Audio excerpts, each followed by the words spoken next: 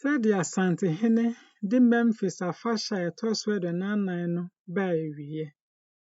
Wɔ Memene da, Kɔtɔnema abosome no da ɛtɔ so 9 wɔ afe mpem 2022 yi mu no, wɔbɔɔ dwa dataa wɔ US aburokyimman mu, de Memphis amanaman ntam afahyɛ a ɛtɔ so aduanan no baa awiɛ.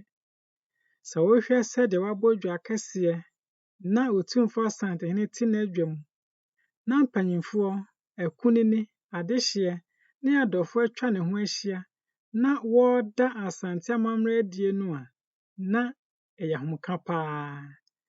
Na ahemfo, ahemmaa ne ahemfie adwumayɛfo a wofura kente ntoma papa bi ato santen firi 126 Bill Street kɔpem Handy Park. Santen no toam tententen bɛyɛ mita 300 kɔpem baabi a wɔbɔ dwa a Otumfoɔ teɛ hɔ. Asantehene Otumfoɔ sɛe tutu nso fura kente ntoma fɛfɛɛfɛ. Na sika kɔkɔɔ agudi ɔhyɛ no nso na yɛnka koraa.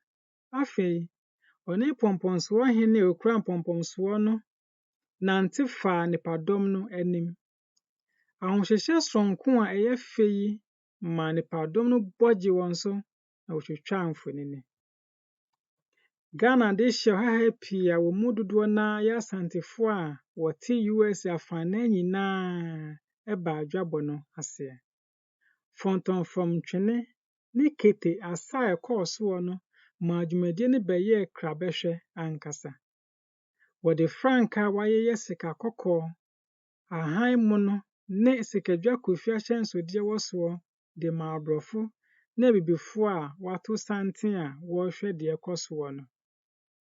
Bere a Otumfoɔ Asantehene nam nipadɔm no mu no, wɔn a wɔatwa ahyia no de anigyeɛ ne ahosɛpɛ mema wɔn frankaa so de da ani sɛ ɔwɔ adi. Wɔ ɔkasa tiawa bi a James L. Holt maaeɛ mu no, ɔkaa sɛ, Otumfoɔ nsrahwɛ no de anuonyam hyɛ abrɛ Memphis.